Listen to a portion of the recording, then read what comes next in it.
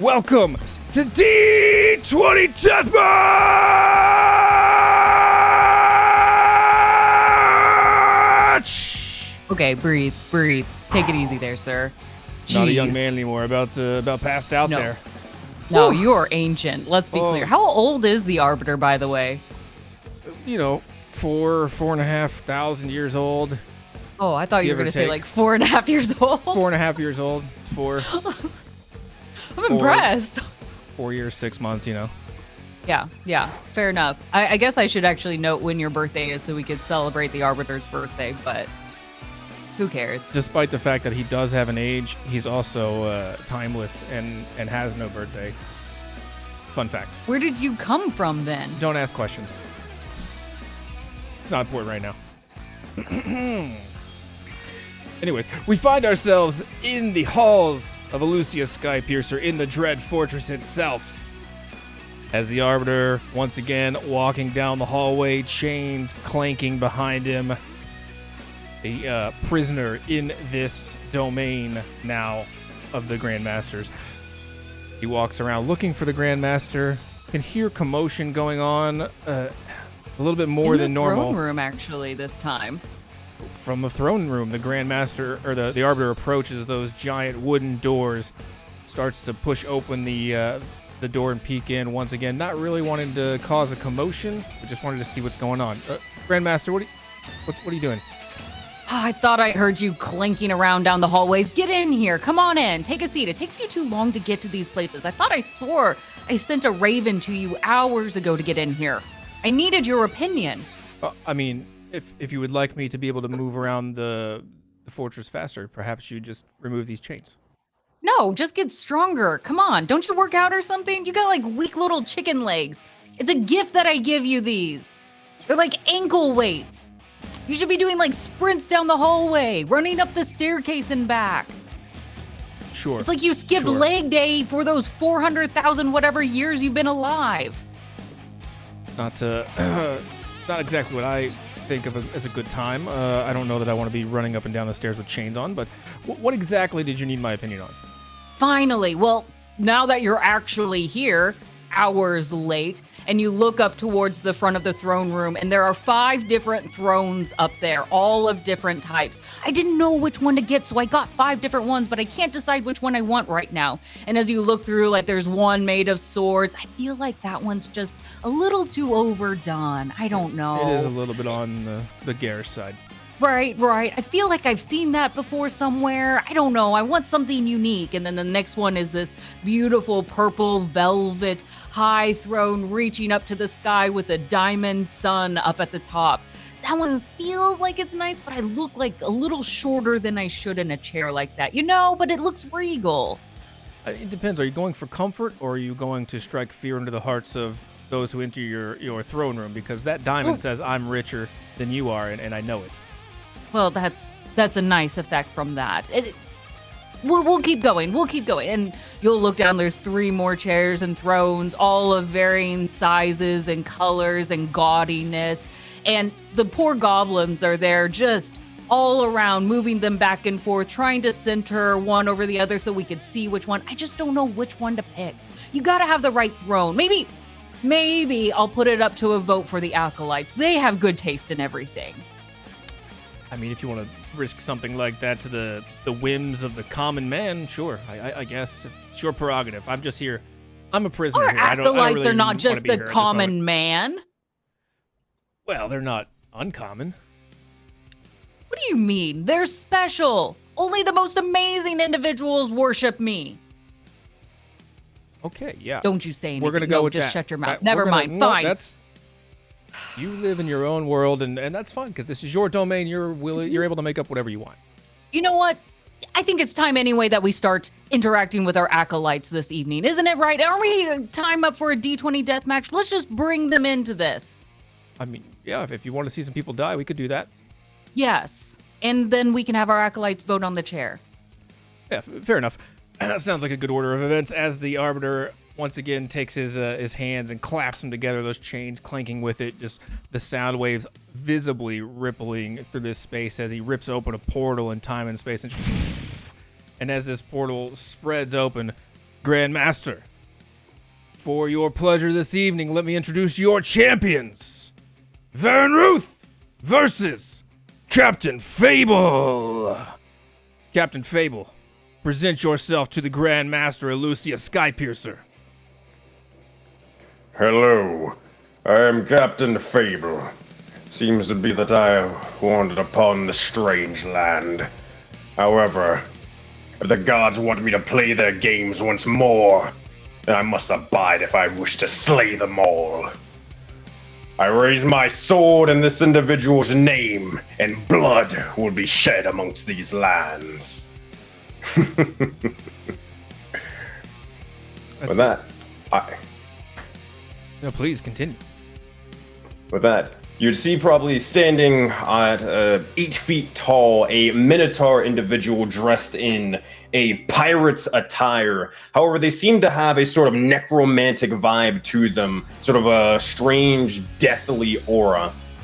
They are a paladin, but emphasis on were a paladin until the gods screwed them over, and now they've been left with a chip on their shoulder. They're a fortune teller, they're a storyteller, and they love to tell all the fables. But we'll see whether this fable will be that of someone's death or even theirs. Excellent. Varan Ruth, you are before the Grand Master Elucia Skypiercer. Present yourself. So stepping forward, you see a tiefling man just kind of strut forward, his hooves clacking against the cobblestone, and like a couple of coconuts, just resonating through the halls. And he takes a moment to slowly get his bearings and listening to his opponent, and then his gaze falls on you, Grandmaster, and he says, "It is a blessing to look upon you, Grandmaster. Your visage is fabled." Thank you and welcome. Tell me, Varan Ruth, who are you to step in my arena? I am but a humble, forlorn soul. And are you thirsty for blood? I am thirsty for glory. That is an answer I do love to hear. Tell me, what tools do you use to fight? Only that which my patron bestows upon me.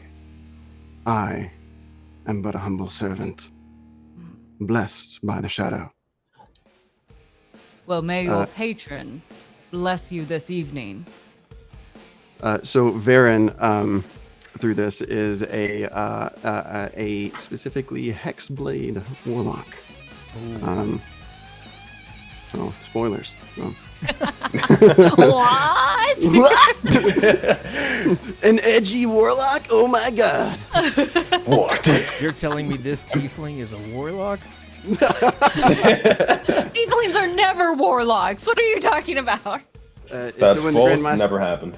When the Grandmaster responds, kind of out from his back, he stretches out a couple of bat-like wings that extend and stretch, and then like fold back into his back.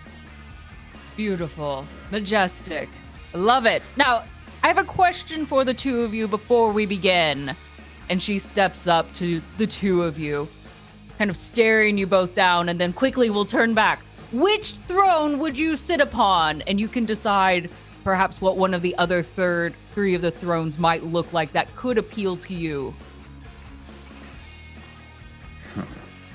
If you were to sit on a throne, what would it look like? I would probably choose to sit on a throne with the likes of multiple bits of riches, skulls, and also lots and lots of alcohol, my friend.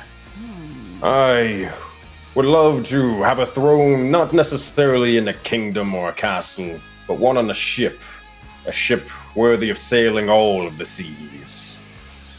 I could put a ship in here. Yeah, but where are you going to get a ship this time of year? What do you mean? I'll just have the goblins build one. It'll look like a cute little treehouse one. You saw how the kitchen renovation came out. You don't want them to build a ship. We're learning as we go. Whatever. A ship and also alcohol. I could have like a built-in bar in the throne. I love that idea.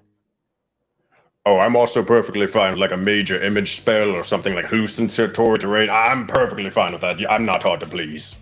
Thank you. Good answer. Baron Ruth?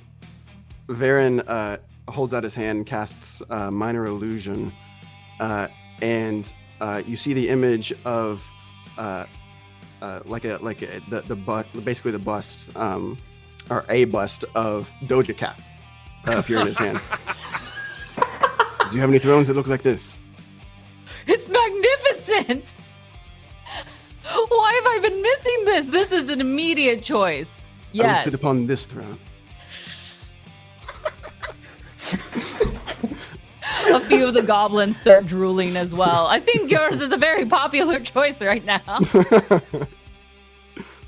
is this throne? Is this some strange divine power? What's going on? Right. Before we all get distracted by this, goblins, put a curtain over or something like that. Take a picture. We'll sculpt one like that, very similar, okay? Now, Arbiter, we all know the only throne you'll have is a toilet, so how about go ahead and take us to the arena? I'll have a throne and make it out of your bones. As he claps his hands once again, just ripping open a portal, just a large portal. And after seeing your wings, Varan, and feeling like you're showing off a little bit, he's gonna, instead of motioning you with his hand, he's gonna just flare out one of his giant glowing white wings and kind of showing off and like kind of motion you guys, beckon you guys into the portal. And as you go through, how about we take a trip to the swamp? As you step through this portal into a super dank musk kind of air, as you're now in the ruins of an old cathedral that now resides in a swamp long since overgrown. Welcome, dear champions. Know that this place is long forgotten, but you'll never forget the bodies that decay here. As you take a deep breath in, it is awful. Smells like farts and death everywhere. As you step into the ground and your feet sink in, a rib cage pops up and maybe a skull here or there. It's not a deep sink in, you're just going a couple inches down, but if you don't have waterproof shoes, you definitely have wet socks right now. I hope you came prepared. The tombstones here are old and fragile, but they do make good rocks if you ever need to hit anyone. And a little bit of cover over there with those 10-foot walls that still barely stand. But trust me, maybe don't walk on them as they're not very stable. And with that, the Grandmaster's wings open, giving you just a moment of breath of fresh air, removing some of that awful stench that burns at your eyes and eats at your lungs. She'll fly high up, and as you follow her up, you'll see up in the sky above the green fog that just devours this land below you.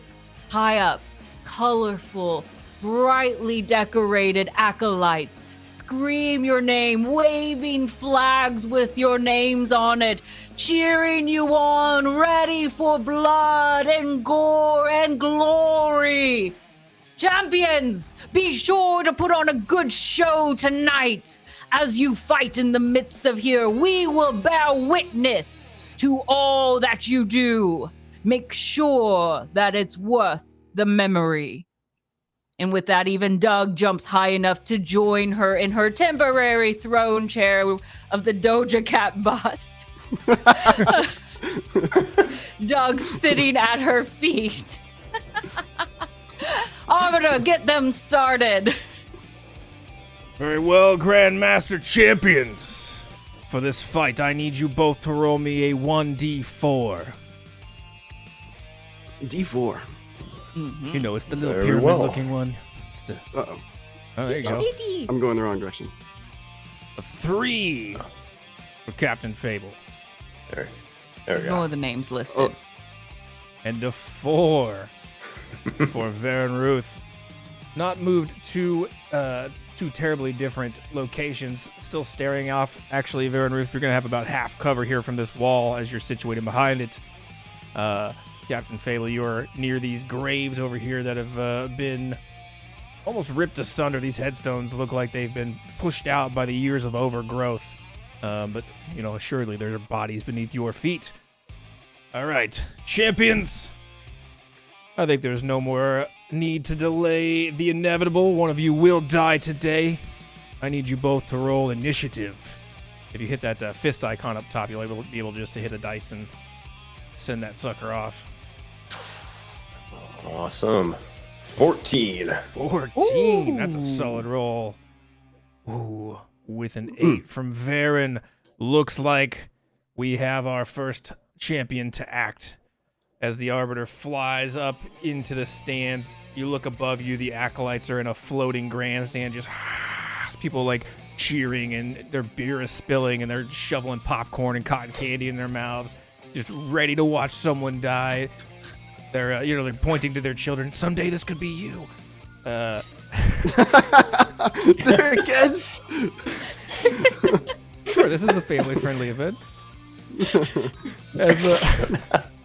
In fact, please go now. So just making sure. Should I like tone it down just in case, because... No. This is fine. Cool. They've seen this before. Wonderful. These are very mature kids. They're very mature for their age. Wonderful. Perfect. As the Arbiter flies around. They'll need therapy in later in life, like the rest of us. Yeah, they're gonna need it anyway. So. So education starts young. The Arbiter will begin to. He'll actually. One more thing, I think he'll begin to fly around the arena, like at a lightning pace, just shoo, shoo, shoo, and stirring up a lot of the dirt and fog that's kind of low lying in this place, and just kind of bringing it up to an ambient level around kind of your waist. That way, you're from the waist down. It's almost it's just completely obscured by fog. You cannot see where you're walking necessarily, where your feet are stepping. This thick fog just kind of resides about waist high in this swamp. So, all right, very well, Captain Fable. You were the first to act in round number 1. Wonderful. Now, you tell me. He'll kind of look over towards his opponent. I ask us all to who face the end of my blade. Where exactly does your strength come from? You want me to, can I go ahead and respond? Yeah. Okay, cool. I pull from the abyss, from chaos itself. Its whims carry to and fro, as do mine. I see.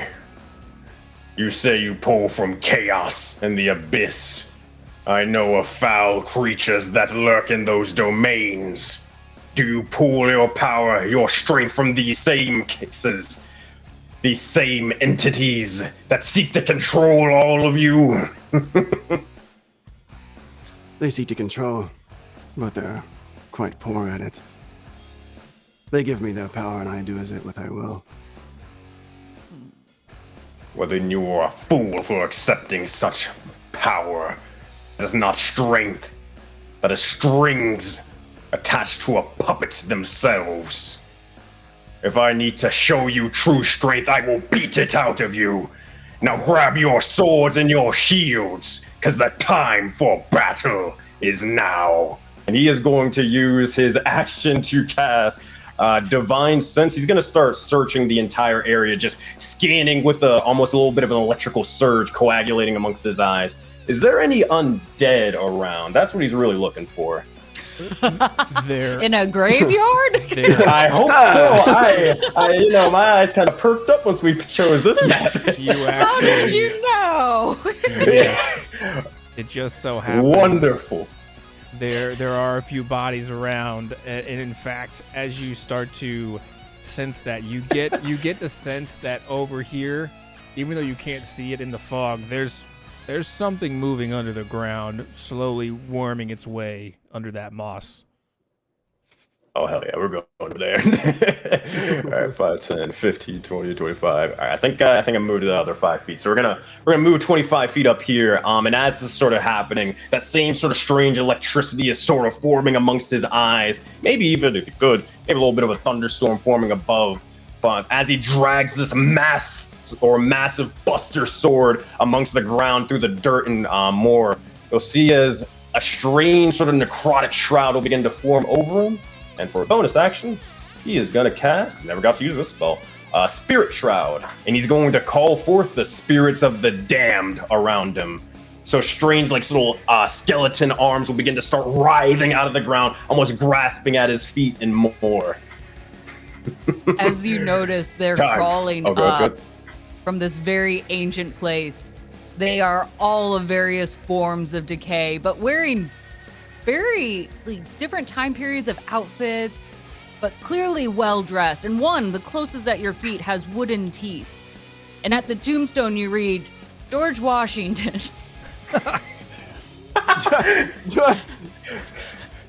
Andrew Jackson is a little further down, and maybe Abraham Lincoln, the vampire hunter's a couple rows over. Zombie Abraham. I'll just look over at them as like, I do not know your name, nor your presidential history. Regardless, you will aid me in this fight, whether you like it or not. And he's gonna end his turn right there. All right. You can choose whichever dead president to call upon. Which one got stuck in the bathtub? Oh shit! Taft. I forgot about that story. Howard Taft. Taft. Yeah.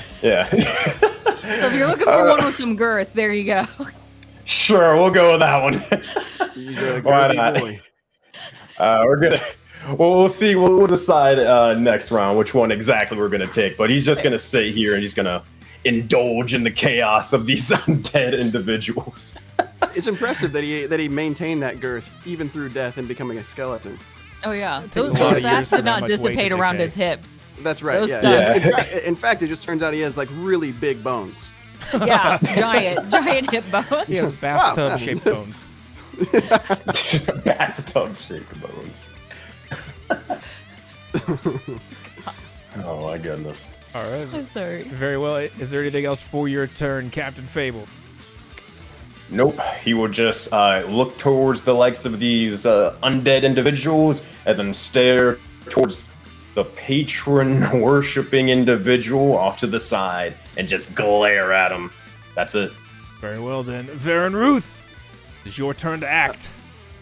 Varan's going to kind of raise an eyebrow at like the raising of the presidents and the hoisting of the presidents. And he's not quite ready to get things started yet. So he's going to just unfurl his wings and launch himself straight up into the air. He's going to fly up 30 feet to kind of get above a little bit of the dust and fog. Mm-hmm. And he's going to look up at the ethereal audience that is that's kind of surrounding the arena. Is this what you wanted? To have this individuals tearing each other limb from limb for your enjoyment, for your capitalist endeavors. As they Then you shall have it. What say you, Fable? And he's going to cast Minor Illusion, and he's going to create the sound, the following sound coming from Fable's direction. Bitch, I'm a cow. Bitch, I'm a cow. And seems my opponent has different ideas. Very well. I'll fight your The hell is this? The hell is this? Damned tricks. Well, who is saying that? I'm not a cow. I don't even know what I am. The gods took that from me as well. But stop saying. I have feelings, you know. Stop that. Roll a d4 for some emotional damage there. Emotional damage. Emotional. Oh man, D4. Is that me rolling? Is that me rolling, or is that rolling? Baron will roll against you. You're gonna take some emotional damage on that. It hurts. One point of emotional damage. One. Oh my that's a goodness. one. What Ow. is that damage? That's the cold grasp of emotional damage spiking through your brain. And also I misclicked, so you know. Improv. Improv. I'm checking something really quick. All right, that is an action. And I think the other thing that I wanted to do is also an action, so I'm gonna have to stave off. I'm gonna have to wait a little bit. Any movement you want to do? Nope, the movement was straight up. Okay, cool. 30 feet up. I don't have any bonus actions that I want to do at the moment. So that's it for me. All right. Excellent, excellent. That's a perfect good round, don't you think so, Arbiter? I think so. There's a 10, Grandmaster. It's good enough. It's good good enough. enough. Only because already our acolytes are revved up and ready to go. In fact, both of you already have hero points as one half. Cheers for you, Varan Ruth, and the other half cheers for Captain Fable. Going wild this evening, cheering you on. And on top of it, if I saw correctly, we also have the Box of Chaos. We do, Grandmaster. I'm gonna throw that sucker down. The Arbiter stands up and just begins to swirl his hand, and that you see that fog in the middle, just in kind of the circular, maybe a 10, 20-foot radius, just start to swirl and just continuously opens up and clears the ground, and from the sky, just a box just slams down into the sludge here, and it just lands with a squish as the Box of Chaos appears. The lid flips open. Pink and yellow flames shooting a straight column to the sky as you see two dark, shadowy hands creep over the side and yellow eyes look out as Gerald peeks his head onto the battlefield. Remember, Gerald? Yes. this is Gerald. Gerald from the Box of Chaos, and he will grant you something magical if you give him something. And it is a free action to interact with the Box of Chaos. So, do what you will. The box is here for now. Now, on top of it all, greater and better than all of these, we have also triggered 2 chaotic events. I need both of you to roll me some D20s, and one of them I am going to double. Which one, we'll find out. Let us see what Two! And also, Let's go! Perfect. First, on this 2, across this gross, mossy platform that we have, little mushrooms begin to pop up in different spots of various colors and sizes, giving a bright glow with them. Interact with them if you may. What they can offer you will be a surprise. 6 mushrooms appear all across the map. Arbiter, feel free to place those wherever you'd like. Now let me pull up our big one. That nat 20, I am doubling. Now, as we noticed earlier on, there are children here in this arena, and you see them up high, screaming, cheering on. But these particular groups over on the far north side, they're mean. They're real mean. They begin to taunt the 2 of you, yelling obscenities, making fun of your hooves, playing up with coconuts, saying, "Look at me, I'm just like them," and whatever insults our acolytes can also come up with. Kids are mean as they begin to roast you from above. Both of you will need to make a wisdom saving throw, DC 18, or you are going to take 3d8 of psychic damage. Oh, Duck geese. That guy's a cow. From above the stage, you hear one. Your Oh, man. wings aren't that special. Anyone can fly. You hear one kid I am yell, not. "Your mother help him out, kissed a horse." I am not a cow. I am a bull. Fear me. Oh wait, actually one. What the heck? You don't know how that works. Nice. What? I was actually hoping I failed. Good, that's good. I'm gonna call back to him. If you can fly, then please vault to the side of the wall and fly over to me. You'll have to yell louder for those poor little deaf children. Oh no! You won't. Oh no! Because their words hurt, you just whisper that almost to yourself. You stupid You're kids. gonna take double the damage with that nat one. No! Oh god! The children are killing me. The children my are God. killing you. No way. I'm so sorry. Oh man! What's 17 plus 17? Someone 34. double that for me. 34. 34. You take 34 points of psychic man. damage as It's like I just those witnessed children. It's like I just witnessed Krillin dying on. Krillin's very easy to kill. Come on. Oh my goodness! With a hit like that, you're gonna be curled up Children like are Yamcha mean. soon. Yeah, dude. You just look. I know you are, but what am I? That bull is full of bull. Kids are mean. I don't understand why. Like I'm just trying to mind my own business. You know, culling the gods and everything in between. But no, they have to judge me about being a bull. I didn't choose to be this way. You know, I have feelings. Crap. Yes. You all have feelings. The Arbiter will contest that sometimes the little mean words can help. Maybe you can empathize, right, Arbiter? Mean words are always helpful. In fact, if everyone's telling you you did a great job, good job, then what's the point in pushing forward? It's only through the mean words that you really reach your full potential. Isn't that right, you piece of shit? Damn.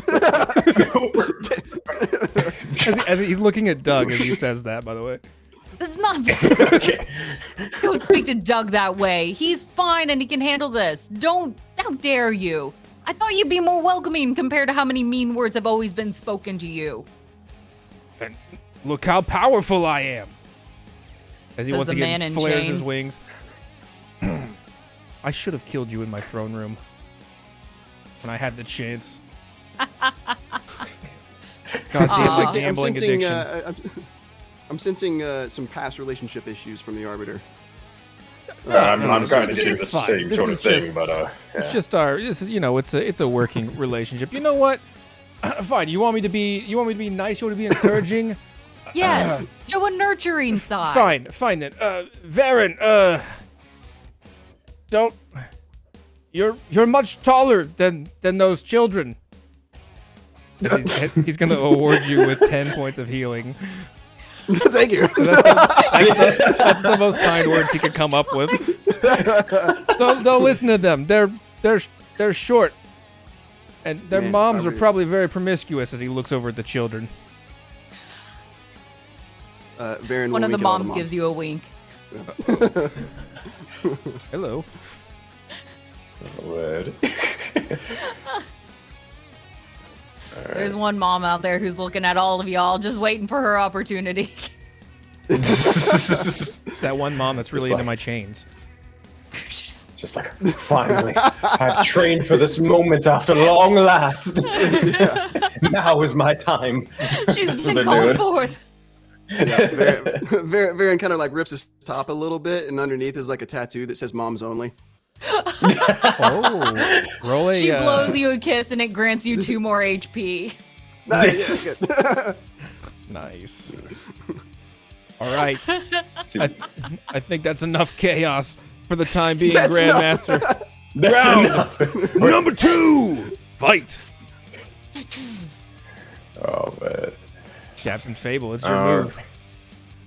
Let's do this. So I have a couple questions. First thing, Captain Fable kind of looking over to the mushrooms and all that stuff. We'll kind of look and say, Ingot, Philo, is that you? What the hell are you doing here?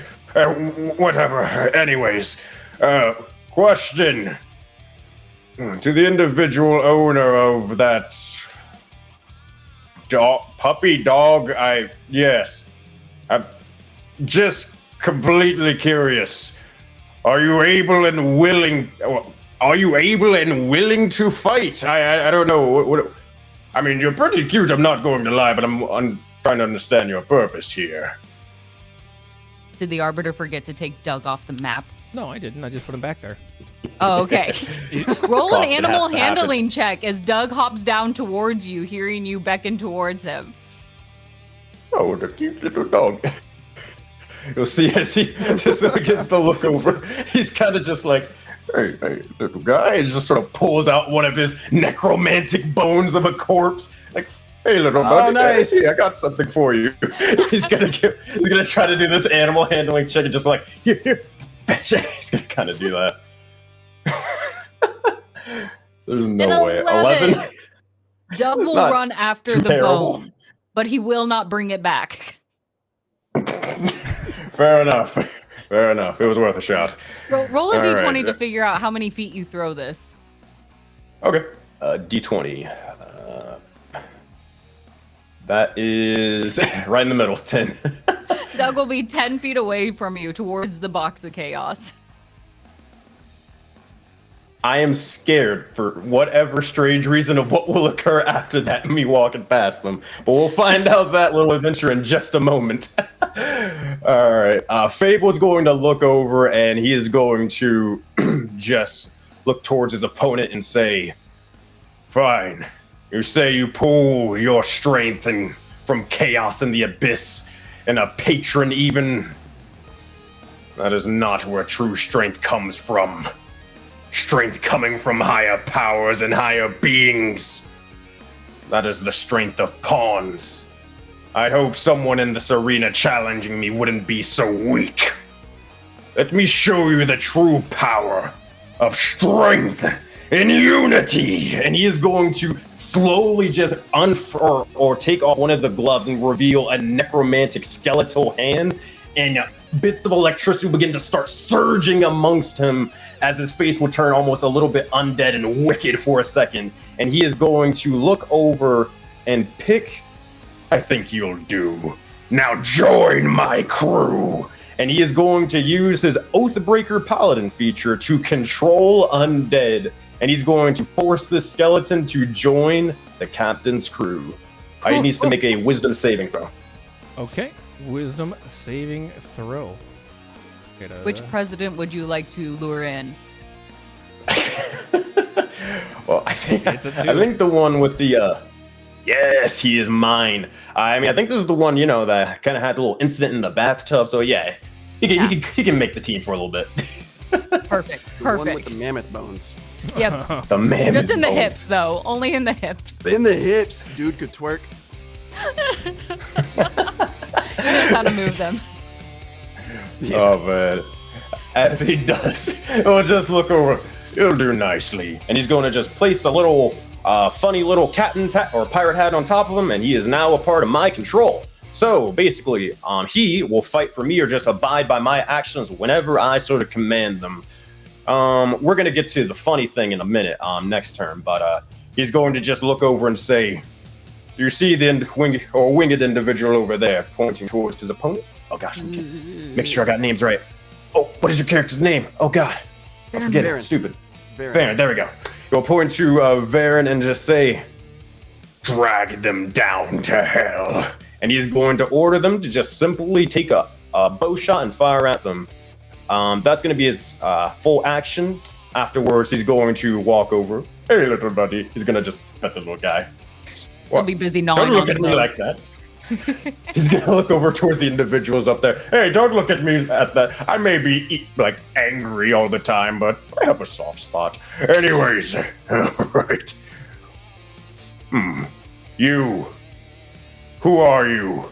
He's gonna look towards the chest. Who am I? You come to my house. Who are you?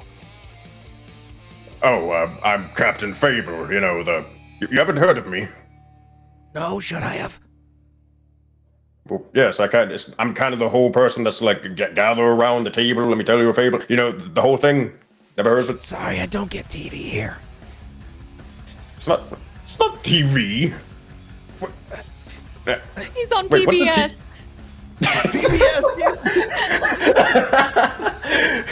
The more, like the rainbow star flies across the screen after. The more you know. The more you know. Oh, well. I guess my bad manners. Yeah, pleasure to meet you. He just extends a hand to shake it. Yeah, okay. Name's Gerald. Now, I don't know. Did you have something to give me, or like, what's your deal? Oh, yeah. So, oh God. Well. Any day I'm on the clock. Oh yeah, this was bloody freaking useless. Here, take this. And he's going to pass out a blunderbuss that he actually got in an actual campaign when I played him. I think I used this like maybe once. I don't even really understand how to work this thing. But, yeah, maybe you'll get some use out of it. He's gonna just toss him the blunderbuss into Gerald. Isn't it just point and shoot? They never really explained this in, pirate school, sad. I mean, I hope so, but I don't know. Fair enough. Varan's gonna scratch his head and be like, where did he pull that from? This'll go perfect like with some stuff I got from a guy named Martin. As he shuts the lid of the box and takes that gun down in there. Martin? I know a lot of Martins, bud. As he shuts the lid and he's gonna go down and the box is gonna start to rumble and shake. Roll me a D10 and then a D100. Roll. D10 and a D100. Mm-hmm. You got it. I put it separately, but yeah. Okay. Let's so see. D10's a 3 and D100's a 53. Okay. You will look it up. As you are waiting for that box of chaos to gift you something, Doug has finished his bone, and as it digests, he lets out a very noxious fart that propels him back up to the Grandmaster's throne. Give me a Constitution save to see if that will do any damage. Man. He just rocket jumped out of his butt. Yeah. Constitution Dog save. farts are the worst, especially from pugs. 16. Yeah. 16. You've been around pug farts before. You're good. Yeah, it's more of like I've been around dead people like left and right. It's like, this is nothing. We all smell terrible. Yeah, it's okay. Varan's just like hovering in the air and just see it. Yeah. A green line of air, kind of like how the Wicked Witch used to fly. Yeah. Bottle rocket. As you as that box starts to rumble and shake, the lid flips back open, fire once again shooting to the sky, although you notice that there is no heat from this fire as it's of magical nature as it shoots up. And Gerald, well, it's not a gun, but it'll fuck someone up. As he floats this, almost like a crystal to you, as he floats over the Far Realm Shard into your possession. This is a shard, a magical item you can hold or wear when you use a meta magic option on a spell. While you're holding it, you can cause a slimy tentacle to rip through the fabric of reality and strike one creature within 30 feet of you. They've got to make a DC save or take damage and become frightened. So that is Tentacles, fun. That is on your Foundry sheet like underneath your inventory and underneath equipment by your chainmail. It's turned into a whole different show. Yeah. Sometimes you have to pay extra for this. Avert the children's eyes. Yeah. Suddenly we're on Crunchyroll. Oh man. Awesome. So he will pocket that sort of thing and just say, thank you, Gerald. Pleasure to meet you and get free shit. Cool. Yeah, I mean, it's not really free. I had that blunderbuss appraised. It's kind of a collectible. So, anyway, it's gonna shut the lid. Just found it. He's just gonna like yell out, I found that thing in just some random abandoned haunted house. Son of a bitch. I'm gonna have to yell at Luana eventually. Alright. Varan, fight me. All right. If you don't have anything else, your skeleton will take that short bow shot up to Varan with Let's a go. 6 to hit. Not I didn't take him through like the little basic training yet. He's a little rough. Send him back to the tutorial stage. Yeah. as that arrow flies through, just kind of whistling through the air, just you're able just to like dodge it however you want as it goes flying past you. I'll do a barrel roll. Oh, perfect. Nice. Oh, one other thing, Fable just yelled, "Form on me! No need to stand away." It's gonna tell him to basically just walk over, stand beside him so he gets the aura boon.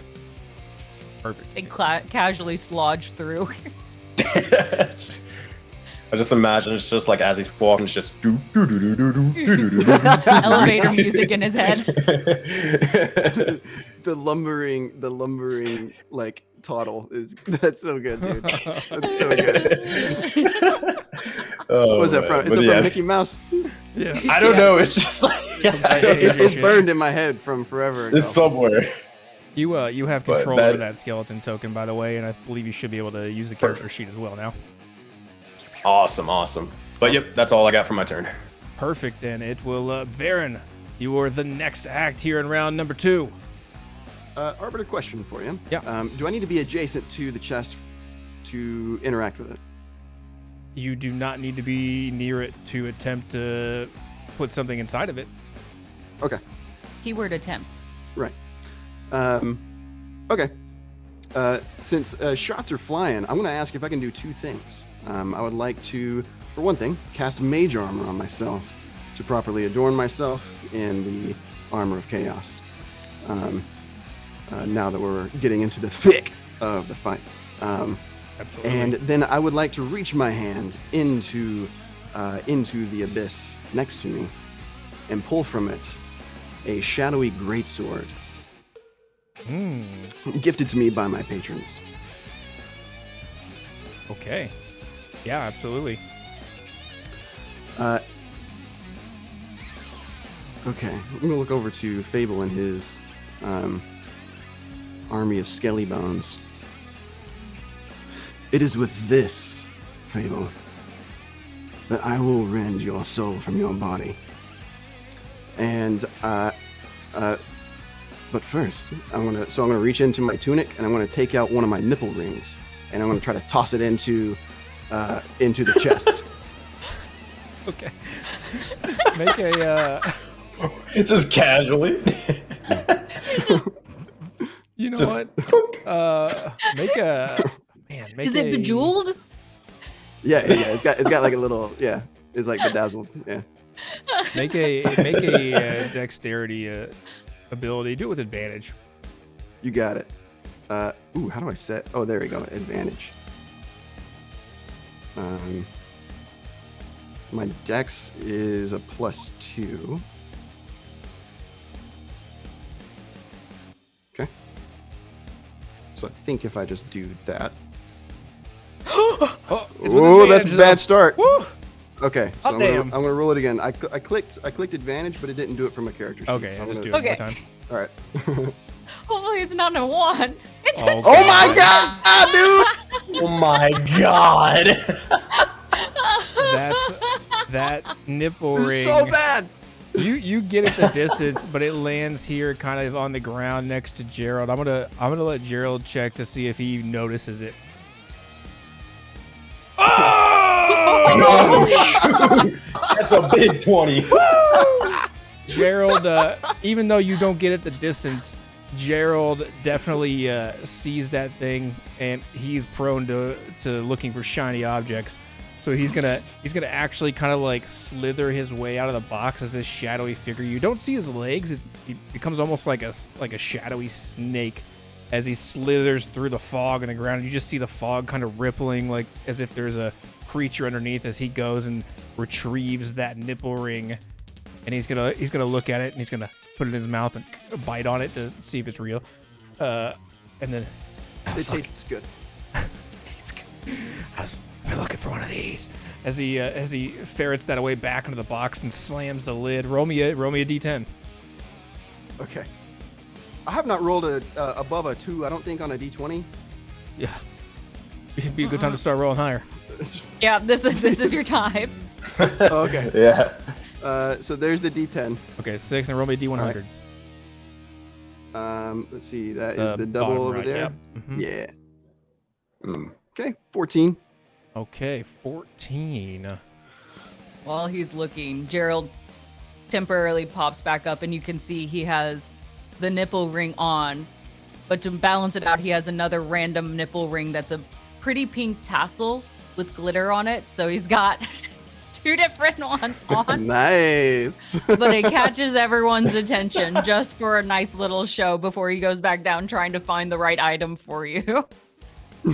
As Gerald pops back up from this box, and once again the flames just shooting up and all over the ground, kind of intermixing with that fog. He floats over to you, and this can look however you want it to, but he gives you a Sentinel Shield. This will give you advantage on initiative rolls and wisdom or perception checks. The shield has a logo of an eye emblazoned on it. It'll give you a +2 to your AC. But you don't have to hold this one for our sake. It can look like whatever you want it to look like. Any sort of piece of armor that'll give you a +2 to your AC and advantage on perception. Sweet. It's a cod piece. Oh yeah, perfect. It's shiny. It's been someone hand buffed this thing. They spent a lot of time hand buffing it. Okay, good. That's as A much. lot of emphasis on that hand buffing, huh, Yeah, sir? well, As Spit much shine. hand buffing as possible. Spit shine. Please. Okay. The last thing I'm going to do is I'm going to look over at Fable through the settling mist. I'm going to do a bonus action cast of my what is it called? I think it's called like the Hexblade curse or the Hexblade curse. The Hex. Yeah. Yeah. And so into Fable's mind is just kind of a shadowy visage of a very tight view of Varan's eyes and like nose. And into Fable's head, Varan speaks, "Thank you for the real estate inside your mind. I'll be sure to put it to good use." And so Fable is hexed. I'll just say in response, "And I'll make sure to make use of your corpse when you are dead." Kinky. I like it.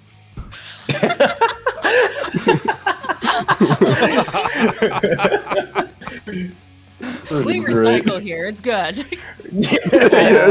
Recycled, dude. God. We here at the Blue Fortress believe in a green world. Yep. Reduce, reuse, recycle, people. We're trying to save the environment, you know, come on. Took an entirely different turn than I thought it was going to. We're making all kinds of turns tonight. It's good. Yep. Gonna make use of that hand Tentacles, buff now cod there's piece. this. Is like, oh man. Yeah, no. He can use you first, and then we'll take you afterwards. Nah. Whoa. Pass it on. Man. All right. Oh, man. Very well. End of round number 2, Grandmaster. Why do I feel like a blunt?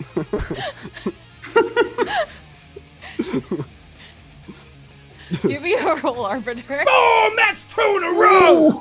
Wow, dude. He's heating up! On fire. Yeah. That's right. All Suck right. it, Doug. As he triple eight. Doug goes in your general direction. Little bit of the DX job. Arbiter, I need you to roll a Constitution saving throw. Who, for me? Yeah. Oh, all right. You fine. insulted Doug. Doug farts in your direction. 18. Fine. Is Doug a Frenchie?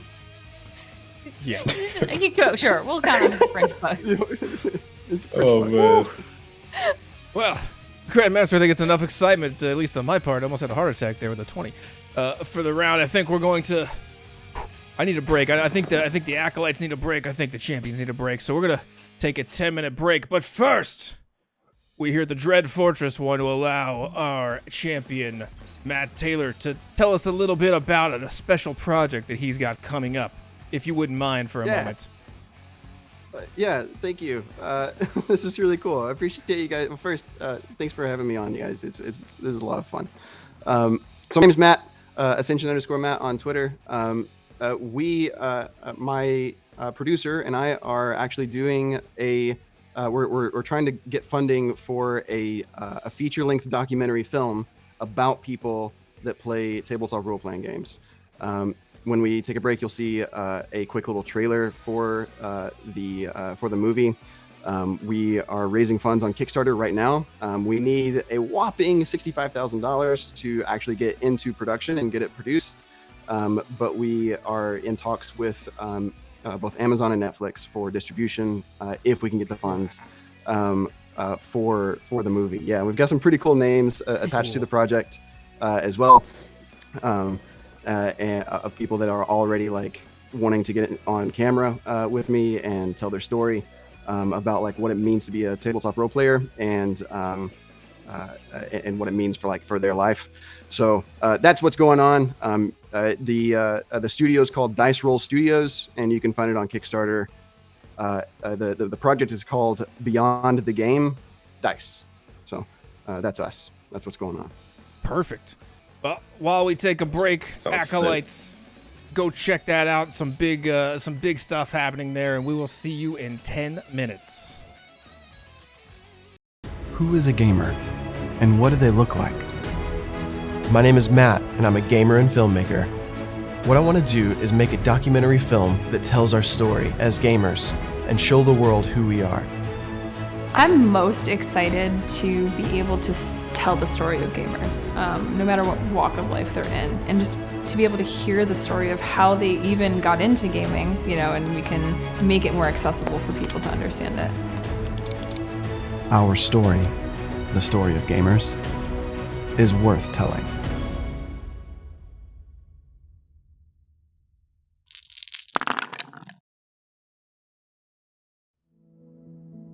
Is your dog ready to find love? Well, finally, there is a website just for them at dogsonly.woof. Bow wow.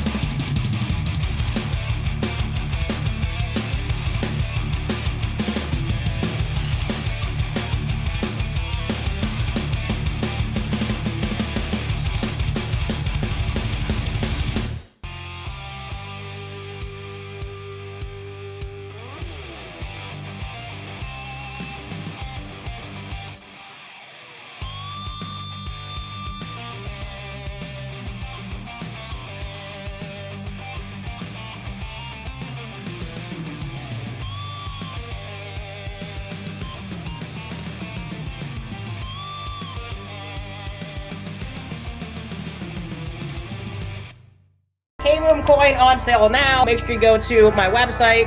That is K-Boom gets that bread at hotmailfirefox.com. You're trying to shield your cryptocurrency. The waterweed's tail wraps around you both and drags both bodies down into this pit. Oh, shit! As you both sink into the blackness.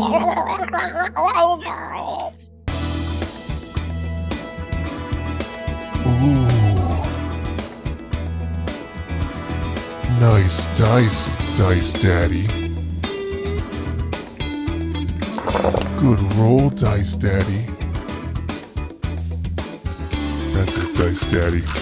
Don't be shy. Get in there.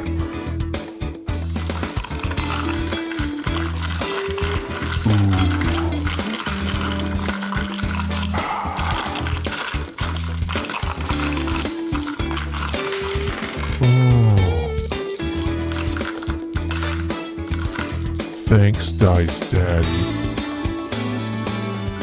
Dice Daddy.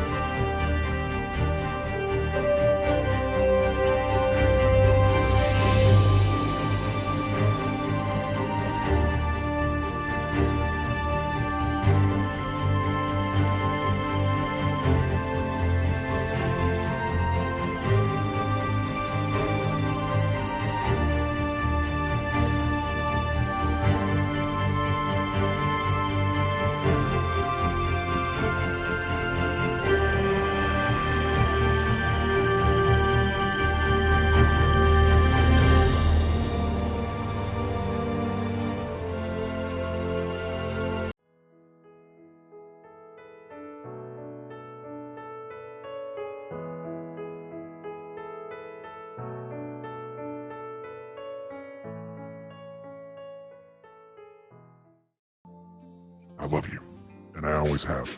Even though you killed me, I thought our relationship would grow into something so beautiful that neither of us would be able to stop that love or passion. Wait, hold on. Just wait, don't go into the light yet. Like, hold him, like, up my arms as he's on fire. Oh, God, this kind of hurts a little bit. We could have been friends. We really could have. But I just want you to know that even in your death, you will be remembered. Because I have a new line of cryptocurrency coming out. Wait, you're what? They're called NF trinkets. Oh, God, fucking kill me now, please.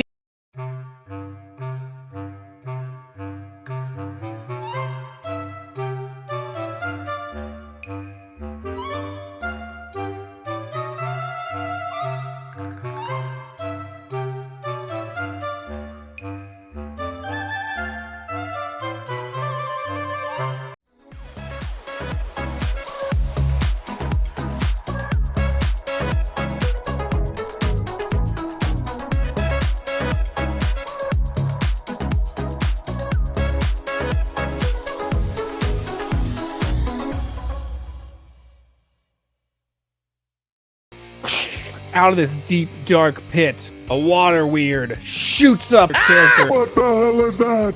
Tell you what there, Ignacio, this is what's gonna happen. I'm gonna fuck off, and you can fuck off with me if you'd like to. Let's both fuck off. Let's run together, man. It's one of those situations where it's like, hey, enemy of my enemy is my friend, right? Exactly. So anyways, I'm gonna misty step to the rocks. You just leave him behind?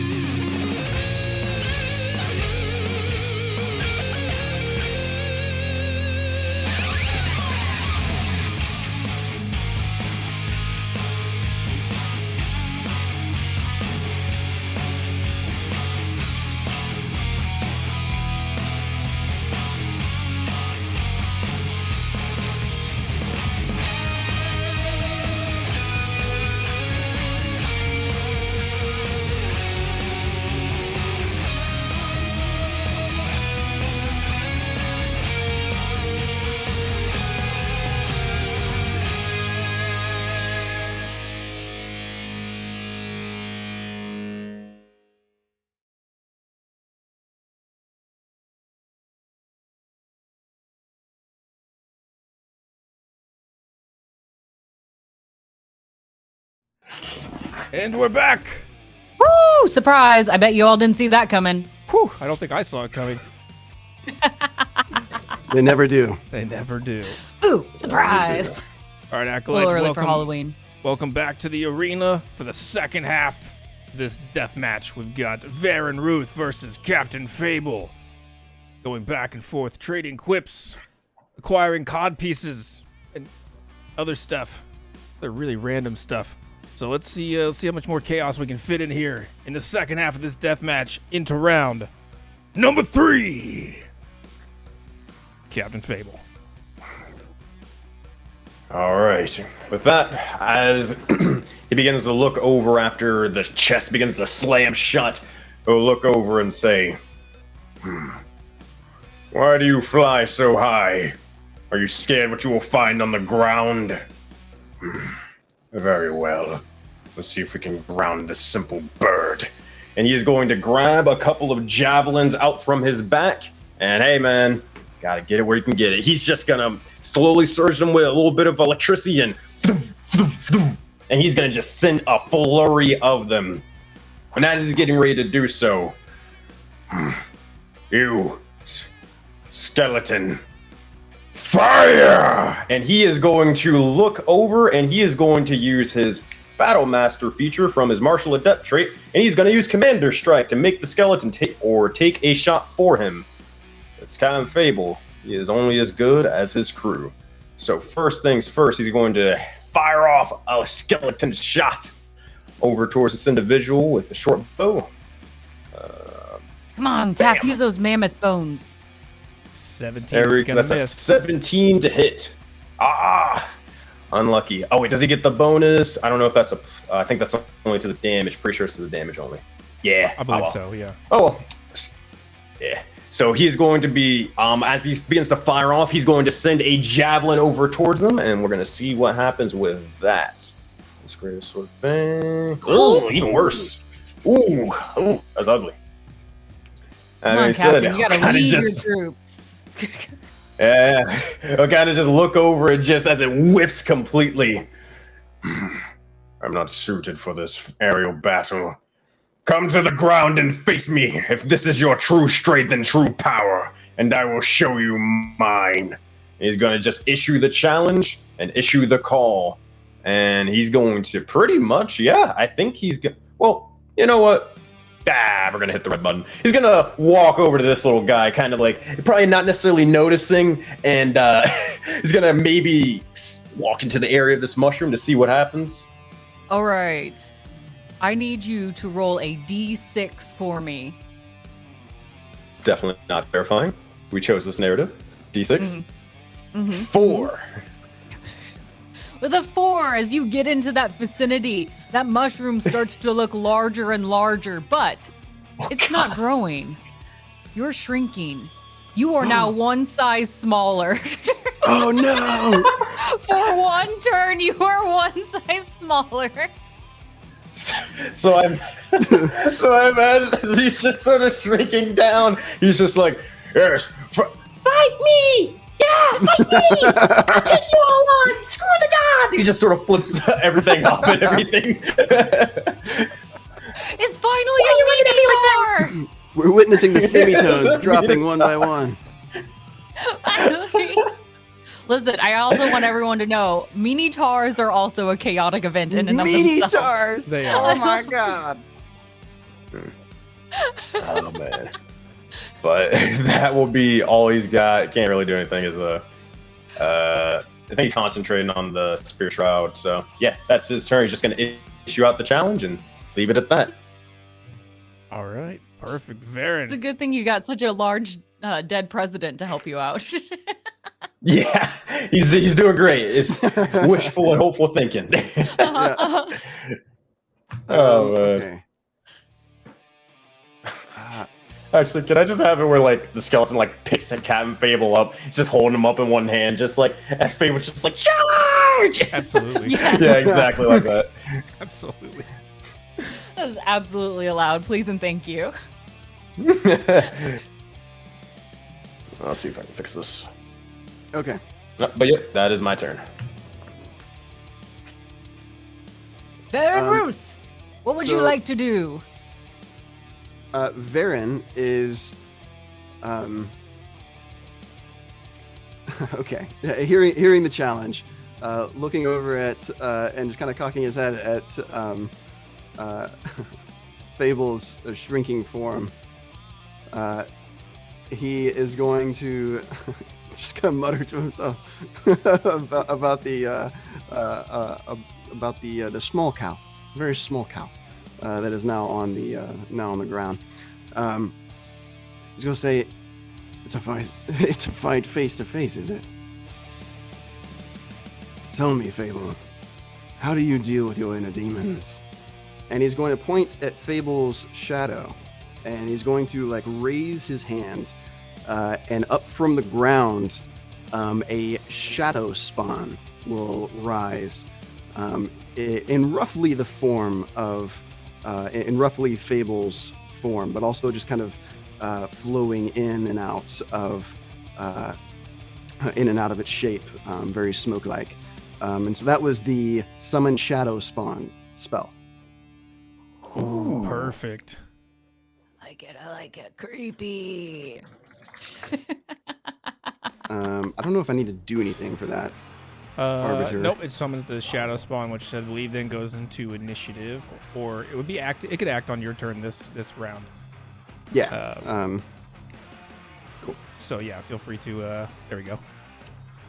So Varan will then. So that's the action. Varan will then dive bomb into the fray there, on the ground next to Fable if he can. Yeah. Do it. Do Go it. for it. Yeah. Fight for the sake of brevity, you can get there. Okay. so you're like Thor in the arena, like the yeah, but like ah! Yeah, exactly.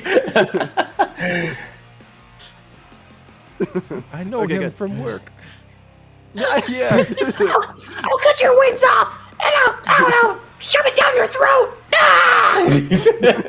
He's very just angry. He's an angry so little cute minotaur. when he's angry. It's so cute. Don't make me. Ah! It's like a living Furby.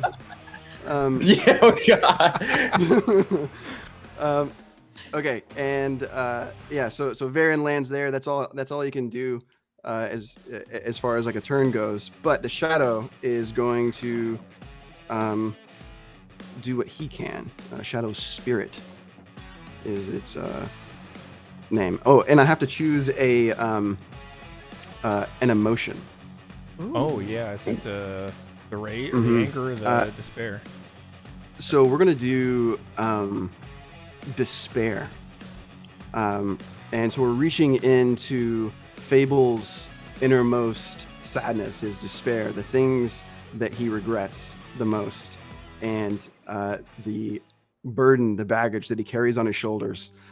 Any creature other than me that starts its turn within 5 feet of the spirit, its speed is reduced by 20 feet. Oof. Ooh. What Imagine despairs Fable's. you, Fable? Oh man, a short lot list. for this guy. What doesn't? Yeah, no. I imagine Fable was sort of thinking back onto his days as a pirate captain, a normal paladin, just happy, living life, causing chaos and mischief across the lands, until one fateful day where he bites off too much where he can chew. Multiple individuals surround him from all sides, and they kill his crew from all sides, left and right, until he is the only one. He calls out to the gods, calls out to the goddess of the sea, the god of the storm, and they don't listen. Yells out to every pantheon, but they all fail him. This little bit of anger, this bit of hatred and wrath, this despair at losing his crew, this fuels his path of revenge. Sounds pretty heavy. Yeah. It is My heart not. is hurting a little bit. I will kill every god. I will do it. As you look up, the whole acolytes up above are crying, bawling their eyes out, and now begins to rain salty tears onto the arena. Very just like nom nom nom nom nom nom. It's like a salt lake. It's too much water. No. If I are the ranger, I should live in As that Skeleton starts doing the rain dance.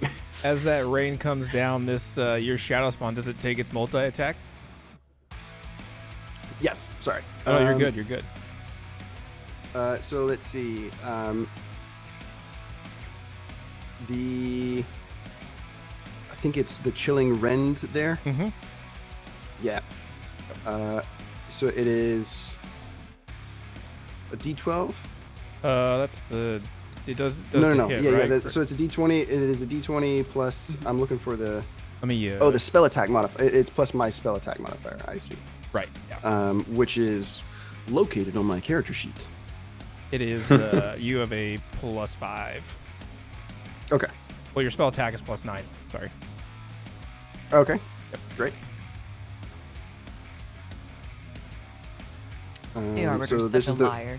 this is the first attack. 13. That will miss. Okay. Second attack. Oh. Oh yeah. Okay. That's definitely it. All right. 26. So then Just- that'll be just barely grazes him. nice. Yeah. Of course. So that will be. I guess I should clarify. The shadow that you summoned is also mini, just like him. Okay. Good. D12 so it's a plus 3, D12 right? plus 3 plus 5 Yeah. because this Nice. it is a 5th level spell. Correct. Dang! Roll Roll that dirty damage. D12. Baba boom. Okay. So that'll be 16. Is that right? I like it. Even if it isn't, that's a good enough number for me. Sounds Yes. right. That was a number. It is correct. You take that 16 points of damage as that chilling wind hits you, and like it's almost just like the inside your body, just all those fear responses just like explode within your brain. As this begins to kind of happen, he looks over and sees that he's getting damaged, but also looks at the other shadow spawn, looking as if it's getting damaged. You strike me, yet you don't even know the way your power and how it works. Things that you seek, the things that you control, they still damage you from within. You will pay for this insolence, boy. Good. You'll remind me I'm alive.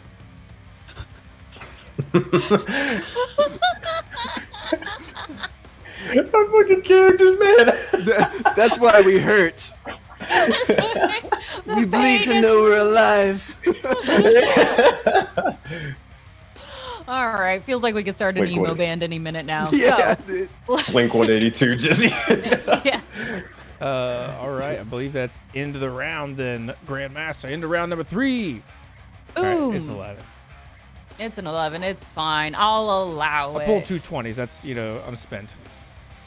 Doug's gonna hop up with his little plushy D20 just to see what he can do.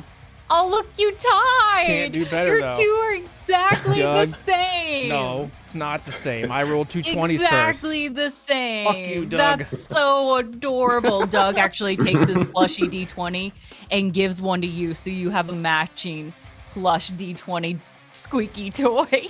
The Arbiter takes it and rips it in half.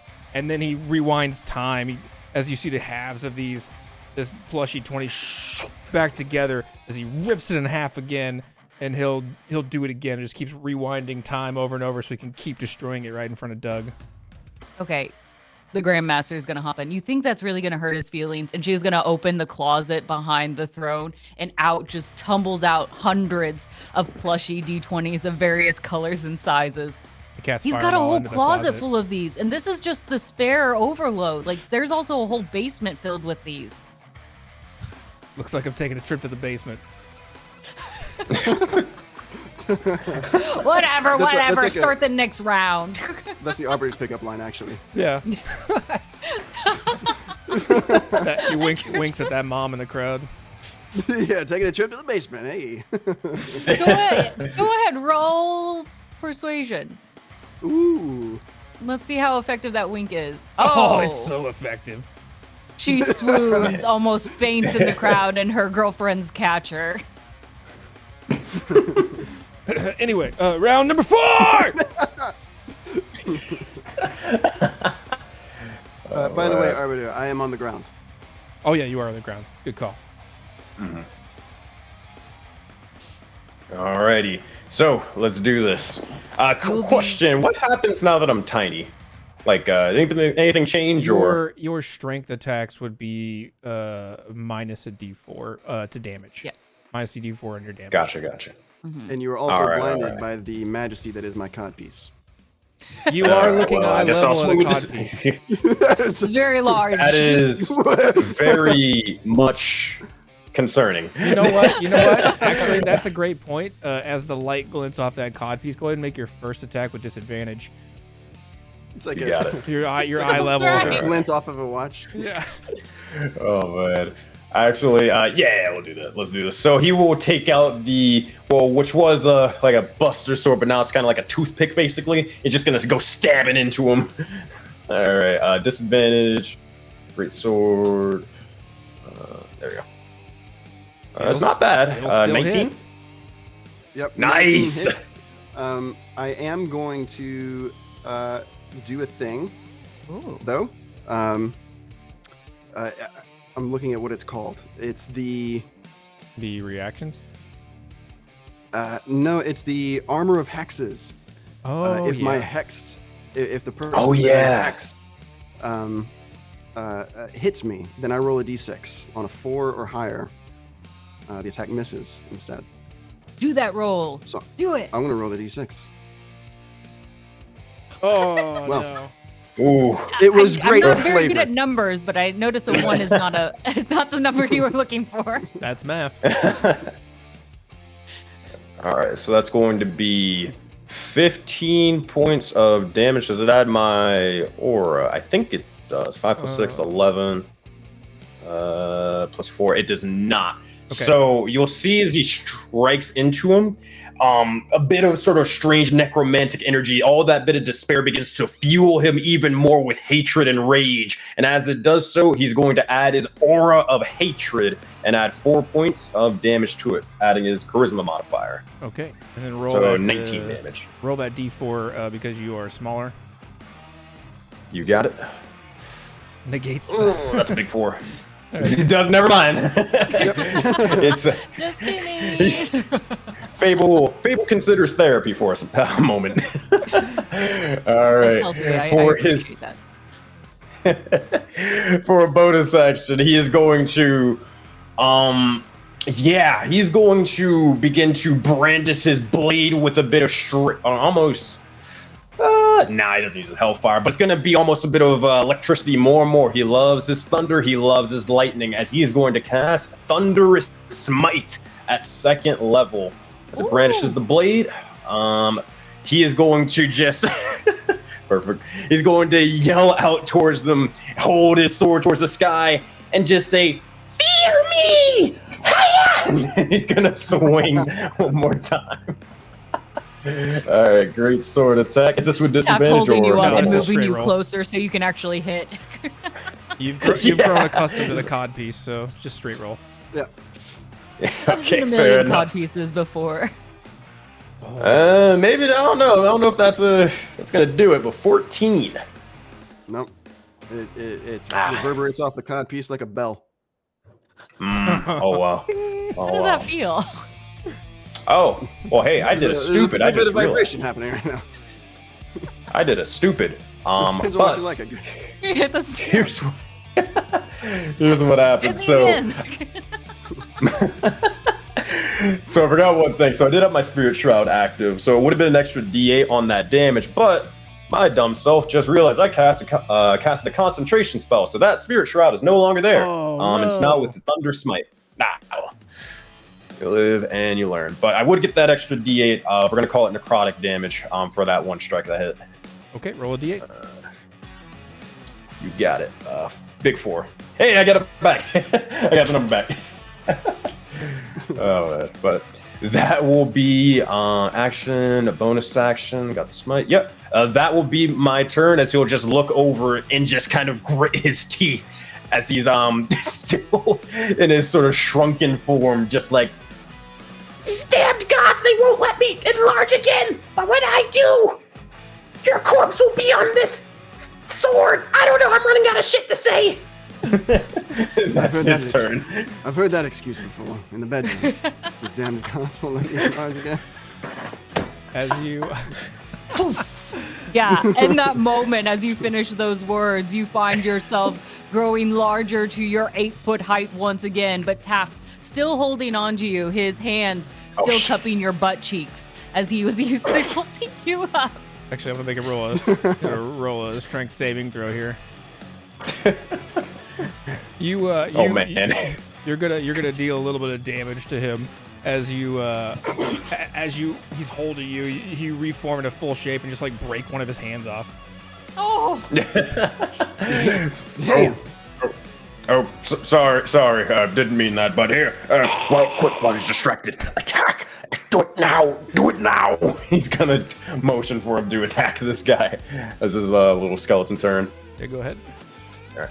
I think I need to roll a concentration also to maintain that shadow. You do. Yeah, that was a 15 plus 4, so 19 points of damage. You'd have to make a 10 save.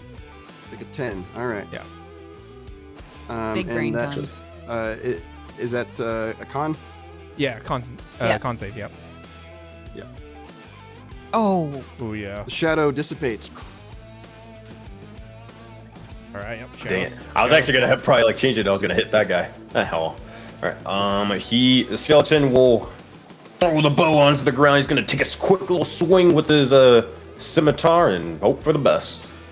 Short sword. Not bad. 19 to hit. That'll do it. Yep, that hits. Alrighty. And also because he is beside Captain Fable and he is undead, he's also going to get Fable's Aura of Hatred damage. So it's going to be 4 plus another 4 for a total of 8 points of damage. Wow. As he just kind of like strikes into him, begins to almost slash towards the or the leg to kind of almost bring you down to a knee.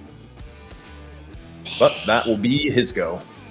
All right, Varan Ruth, the turn is yours. And just as a reminder to both champions, your hero points remain intact. Remember to use them. The only thing that we hate is a hero point gone unused at the battle's end. So be smart. Do some damage. What can you do with hero points again? For everybody well, think of it as like an action surge, an opportunity to re-roll something if it goes poorly. Do an extra where like normally it wouldn't be able to do this, but you know. The more creative you are, the more you're gonna get rewarded, probably.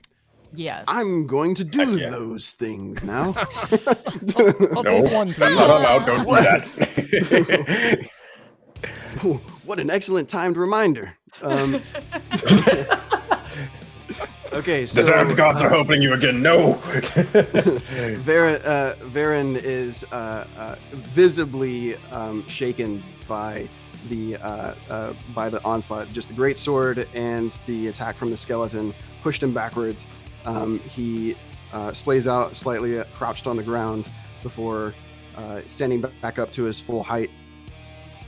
And he says, "Fable, I see the darkness in your heart. But how do you fare in true darkness?" And he's going to cast darkness.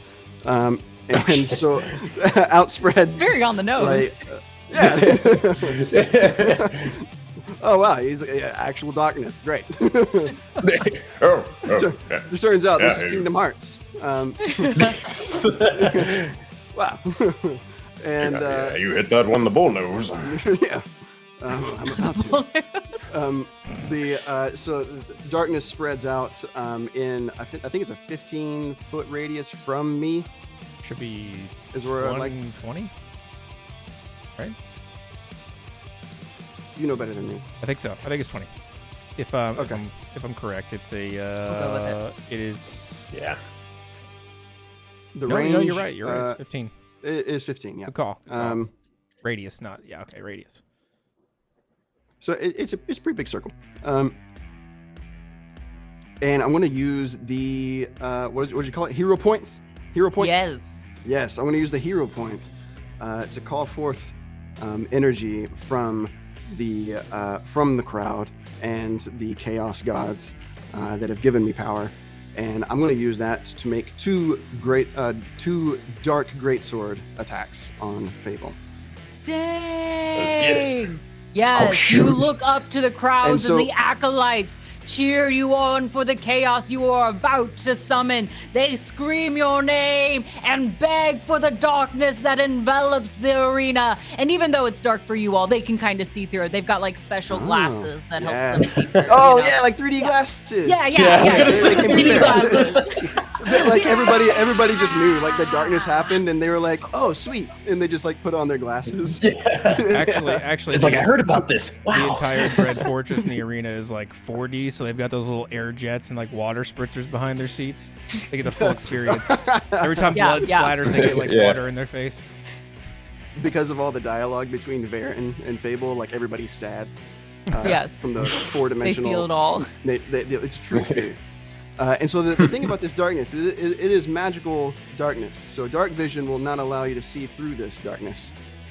So you can't see anything in front of your face, Fable, unless you have something that negates that.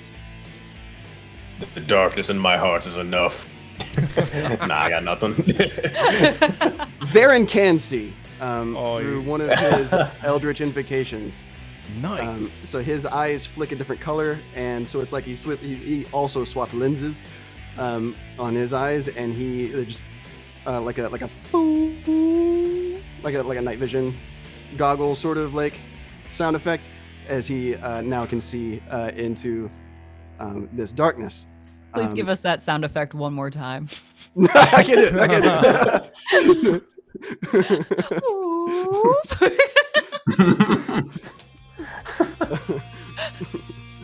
All of my years of Call of Duty, I'll never forget it. I'm swapping on the night vision goggles. Enemy spotted in your AO. So I'm wondering, Arbiter, if I can, if this is going to give me some advantages on my attacks here. Yeah, Okay. he can't defend himself as well. You'll have advantage on your any sort of to hit attacks. He would have advantage on any saves that required sight. Disadvantage. Yeah. Okay. And so I'm going to start kind of just pacing a little bit. Do you feel it, Fable? Your insecurities, your doubts, the weight of all of your past. And I'm going to swing twice. Do it. Mm-hmm. Do what must be done. And so I'm swinging with, let's see, where can I find proficiency? Proficiency is a +4, so this is a +9. Mm-hmm. Gotcha. As he's sort of saying this, he'll just begin to respond and say, I don't think you understand. They took everything from me. My name, my crew, my life. I have no past, but my future will be forged in blood. Yours. Let's see if we can take a little bit more. First swing. Oh yeah. Damn it, bro! My God, why? You have advantage. You have advantage. My dude. Oh, he does have advantage. You got advantage, bro. Please. Come on. Damn. All right, Oh. get that one out of here. Oh. It's still bad. You have It's so a much 15. going for you. God damn. Delivers one of the coldest lines of the whole death matches and then just whiffs. So is D&D, man. Oh, goodness. Okay. All right, the second swing. All right. Us. Roll with advantage. Yep. Also, is it? Okay. Six- Jeez, dude. Also, is it only? Does hit though, Is right? it supposed to only be a +2? The 16 So plus. it's a 25. It's a Yeah, it's a- yeah. Okay. I was gonna say. yeah. All right, It's but yeah, it's that- 20. You always roll for advantage both times in case you get a nat 20 on the other one. Yeah, that's right. So that'll be 2d6 plus 5 on this. Now, if I want to do Okay, I see. What I just You're did. attacking with a greatsword, right? So I can. I'm learning the software right now. Oh yeah, you're good. No worries. So if I do this, it should. Okay, yeah. Boom. There we go. Yep. So 14 sadness damage. Sadness damage. And don't I take the hexblade thingy as well? I don't remember how much that is. Oh shit.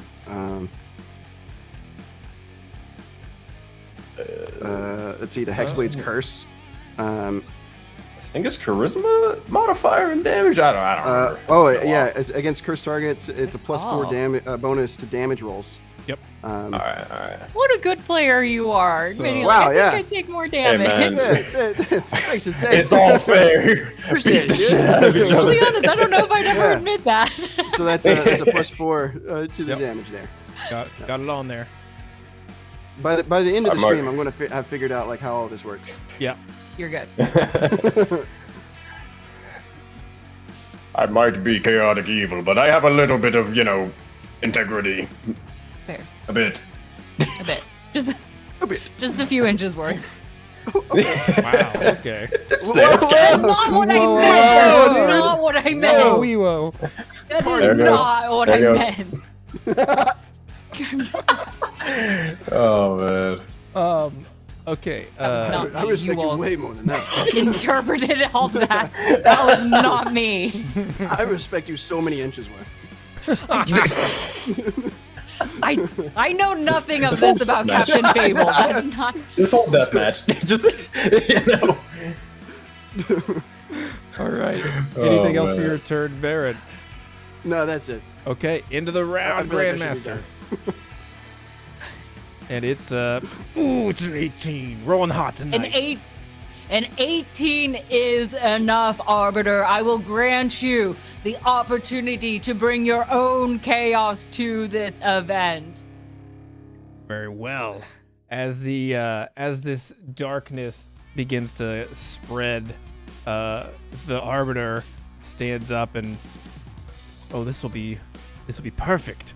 As he's trying to influence things from the sidelines, he's gonna just raise his hands, and out of the trees in the background and out of the fog in the sky, you start hearing just the flapping of wings and the chirps and pings of bats as bats begin to fill the sky here, and they start to swarm around where these champions are, and they're going to be dive bombing in and out of this darkness. Now, Varan, you're going to be able to see them, but you will not be able to see them, Captain Fable, as they are going to dive bomb.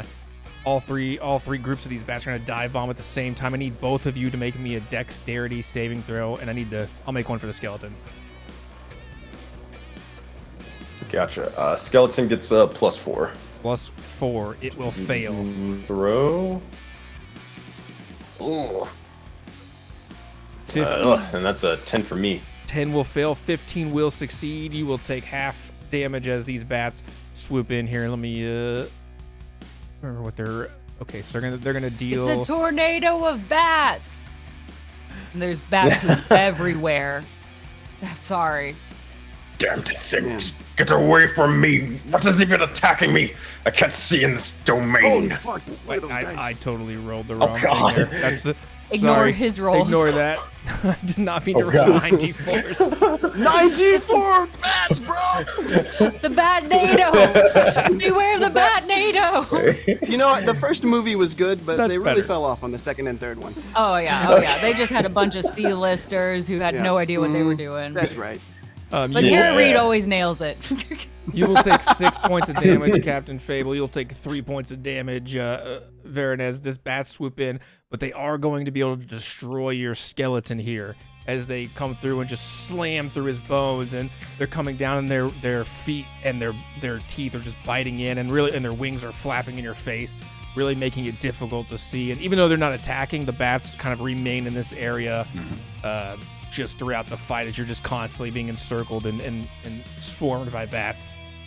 They're just busy right now devouring Bathtub Boy. Oh, man. You'll see as Fable kind of looks over towards the fallen comrade, the fallen member of his crew, as their little pirate hats on the ground. You fought well and bravely, soldier. Even though I think you only hit once, but that's perfectly fine. You will be remembered. He's gonna... Oh, shit! Another bat just kind of smacks him in the face. Alright. Now I'm angry. And that's gonna be it for him. Okay. Perfect. Varan I'm Ruth. gonna roll for concentration on the darkness. Thank Yes, you. same thing. That'll save. I need to roll twice, actually. So this is for the attack. Nat 20. Nat Let's 20. go. Let's go. You don't have to roll a second one with a nat 20. Okay, hell yeah. Nice. Give you that. Just Give you that Cam reward. Fable will kind of just steal his resolve, and his muscles again to just will be. Words are hard. His muscles will begin to start bulging for a second, and he'll begin to start writhing with an unnatural and unholy strength. Don't like that. That sounds weird. What's this If I had unho- taken more damage from the bats, I definitely would have been like Nicolas Cage in that movie with the bees. You know what I'm talking about? Yeah. Which one is that? Bees. Not the beast. Yeah. Okay. All right, Kase. I feel weird like making the reference because it's it sounds weird, but I need to send you this Nicolas Cage clip. It's like 10 seconds of Nicolas Cage screaming about a bee cage over his head, and just like he's getting stung by bees. And okay, all right. I think it's a wicked. Thanks for the homework. This is classic. You should kind of know about this. I'm sorry. I didn't come prepared. All right. Was it Captain Fable? You finished your turn? Or did you have? Yeah. I don't think I did anything, right? No, I don't think you attacked. Are you gonna try to take an attack in the darkness here? Nope. Okay. If it's my turn, yeah, I haven't done anything then. Yeah. Yeah, okay. Because we had the bats, and then I guess it's now this one, right? Yes. New round. Okay. Cool. I'm going. I don't know what this does. It's been a while. Since I've used this before. If we're using hero points, I guess I might as well oblige the likes of the crowd. I will use a hero point, and I guess I don't know exactly how this works, so I just describe kind of what I want, and then we'll see what happens there. Yes. All right, I got an idea. So, as Fable was sort of surrounded in this likes of this darkness, the shadows, these bats are swarming, and he's just getting more irritated. He looks over at a fallen comrade, and he begins to have a wave of memories and emotions begin to form as he's seen all of his men die before him.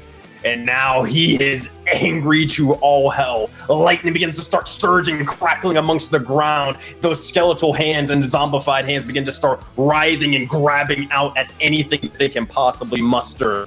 And if I could, though I can't necessarily see, I would love if my zombified skeletal horde or whatever could grab this individual exactly where they stand and just sort of chain him to the ground to give me a clear target and a clear strike. Because all I need is one. He's gonna just yell out, "Men to arms! This fool worships the gods, worships devils, doesn't matter. His strength falls from a higher power. It is time to show him the true strength. Strength in unity. Die by my blade, boy, and kneel before me." And he's just gonna aim directly towards the head and just decapitate him if he can. We'll see if he actually does it, but he's gonna try, All right. Sounds like a spooky swing to me. Yeah. Let's see what happens. Angry Fable is gonna go angry swinging. So is this with disadvantage or with normal? What are we doing here? You tell me. In darkness, you'd be swinging with disadvantage for any physical attacks. You got it. All right, so we will use that. Disadvantage 11. Ooh, 19. That will hit. Yeah, I believe 19 does hit.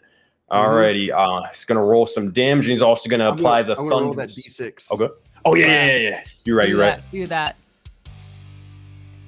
Oh, he hits it. Nice. So what does this kind of look like as this sort of hit? Or I guess it misses? Yeah, what does this kind of look like? Right. So because it's about the hex, Varan sees the sword coming toward him, seeing it through the darkness, and you hear just like a almost like a taunt, making you second guess yourself in your head. Of like, oh, he's not there, he's over here. And so you end up in like mid-swing, changing your direction and going through air. And you hear like a small little cackle in your head. As this begins to happen, begins to try to just shake it off and begins to just, or almost blind himself and blind all of his thoughts out from his head and just focus on the task at hand, death and oblivion. He's gonna swing again with disadvantage and hope for the best. Great sword. Hiya! Both 24s. Yeah, both 24s. Does a D6 think he has it? No! Oh, that's It worked once, but not again. Not again. Oh man. Alright, let's see. We're gonna roll some damage. Oh man, that's gonna be 18 points of damage when we add the aura of hatred. And then finally, the Thunderous Smite. And I cast that at second level, so an extra 3d6. I need a strength saving throw. Be strong. Okay. You have the Grandmaster's blessing. You can add a D4 to that with my blessing, which is not going to do anything. Never mind. I will roll it anyways. Might as well.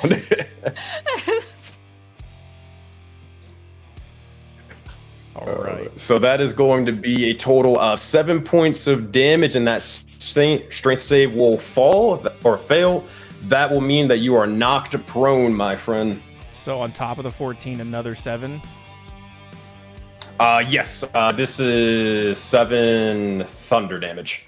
As just a loud sort of echoing boom begins to emerge across the sky, and electricity begins to strike the blade, almost kind of like Thor for a second, and embed itself into the individual's kind of like neck and clavicle area. As you strike with that divine smite, and it begins to kind of just explode in this show of light, it actually dissipates that magical darkness as Varan is going to fall, and the darkness will dissipate. You are conscious but dying, Varan. Yeah. Okay.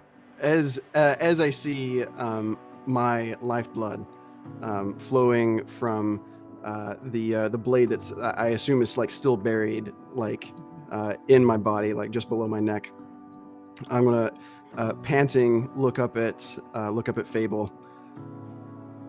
I was born by chaos. I lived by chaos. And though you may not know it, you too serve chaos. It is to chaos I go, and by chaos I will return. And that's it. Fable will look over towards the individual, kind of in their like dying breaths, but before he kind of does, he will look over towards them and say, I serve no one. My crew, we have no leader. We are all equal.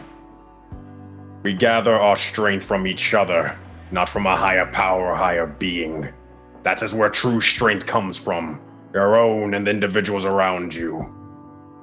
I understand if you were born with it, but you do not have to choose the path any longer.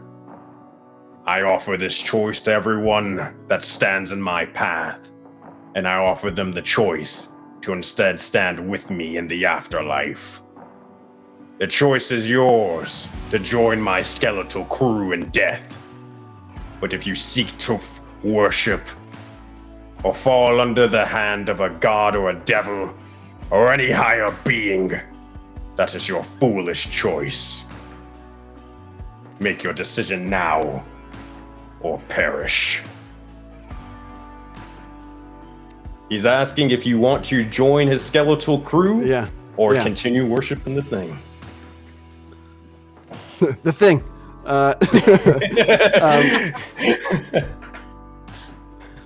Well, Captain Fable. That sounds like a pretty good deal. This isn't my first life, though. So I've got a better deal for you. I'm gonna give you the finger. And you can rip your sword out of my chest.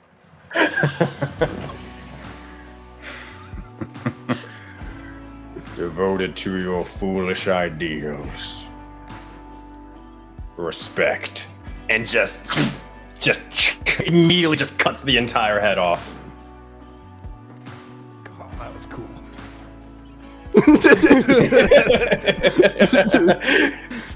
The deal has been done, and the Grandmaster will land on the ground. The decisions have been made, and the blood has been spilled, so there will be no going back at this point. Arbiter, clear my arena. Oh, fine. As the Arbiter flies down, he's gonna pick up your body and slump it over one shoulder and grab your head by the hair and just shoot up into the sky and fly off. He's stuck with the fucking cleanup work. And he shoots off. Oh shit. Oh god, I almost forgot about this whole thing. Oh, sorry, I got a little bit taken away, carried away. Yes, hey, does that suffice? I was just making sure, like, you know, they said that, hey, you just gotta kill this one person and then you can do whatever you wanted, so wound up in Voden or whatever the fuck that place is. We good? We cool? Captain, we are very cool as it stands. Take my hand, for I have one gift to bestow upon you. Sure. He's gonna extend the skeletal undead hand. It's fine, I've held worse. Strong hand. It's a strong hand.